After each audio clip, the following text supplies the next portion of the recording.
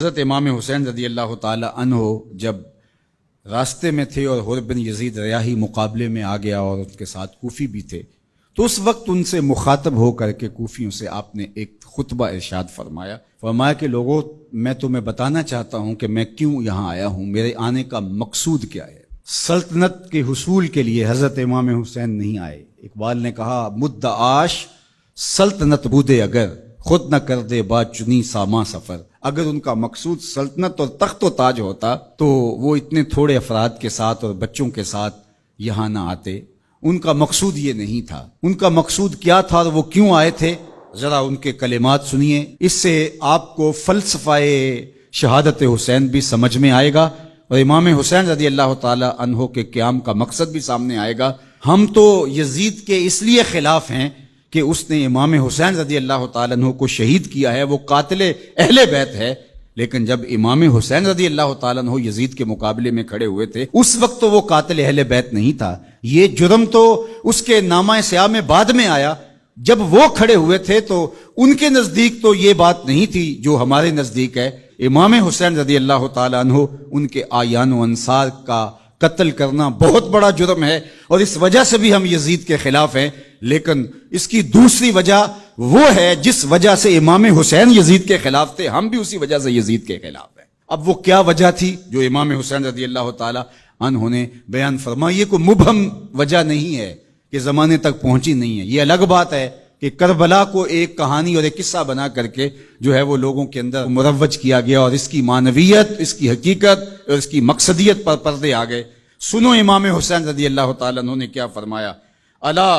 وَإِنَّ هَؤُلَاءِ قَدْ لَازِمُوا طَاعَةَ الشَّيْطَانِ، میں اس لیے کھڑا ہوا ہوں، اس لیے میدان عمل میں موجود ہوں، بچوں، بوڑھوں اور جوانوں کے ساتھ، دودھ پیتے شیرخواروں کے ساتھ میں اس لیے میدان عمل میں آیا ہوں کہ یزید اور پوری یزیدیت قد لازموا طاعت الشیطان، انہوں نے شیطان کی اطاعت کو قبول کر لیا ہے، وترکوا طاعت الرحمن، اور رحمان کی اطاعت کو ترک کر دیا ہے۔ اب جب رحمان کی اطاعت کو ترک کر دیا جائے اور شیطان کی اطاعت کو لازم کر لیا جائے تو حسین پھر بھی نہ کھڑا ہو تو پھر نبی کے لعاب کا اور فاطمہ کے دودھ کا اثر نظر کب آئے گا؟ اللہ اکبر!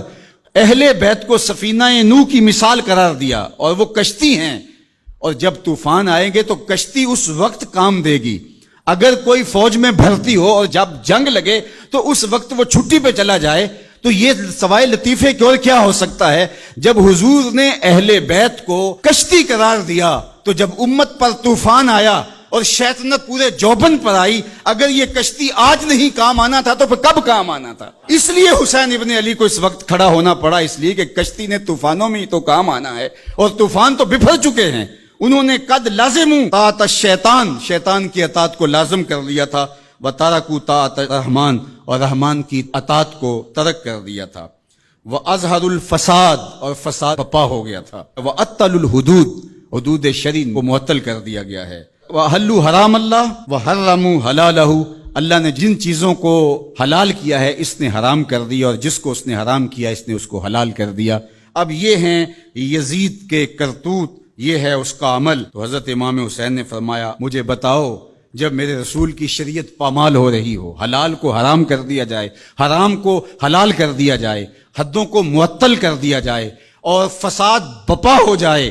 شیطان کی اطاعت کھلے بندوں کی جائے، رحمان کی اطاعت ترک کر دی جائے، تو جس کے پاس کشتی ہے اس طوفان میں، کیا وہ اب بھی میدان عمل میں نہیں آئے گا؟ تو کہا حسین ابن علی اس لیے آیا ہے کہ اس وقت حسین ابن علی کا ہی آنا بنتا تھا، اس لیے کہ پیغمبر کی گود میں حسین ابن علی ہی تو کھیلا تھا، اس لیے آج حسین ابن علی میدان عمل میں موجود ہے۔ اللہ اکبر! یہ تھا مقصد حضرت امام حسین رضی اللہ تعالیٰ عنہ کا۔ نہ تخت و تاج کی چاہت تھی، نہ کوئی بغاوت تھی اور نہ جلد بازی کا نتیجہ تھا، بلکہ بہر حق در خاک و خون غلطی داست، مقصود حضرت امام حسین رضی اللہ تعالیٰ عنہ کا حق کے لیے خاک و خون میں اپنے آپ کو ملانا تھا، پس بنائے لا الہ گردی داست، اور لا الہ کی بنا کو حضرت امام حسین نے قائم کرنا تھا۔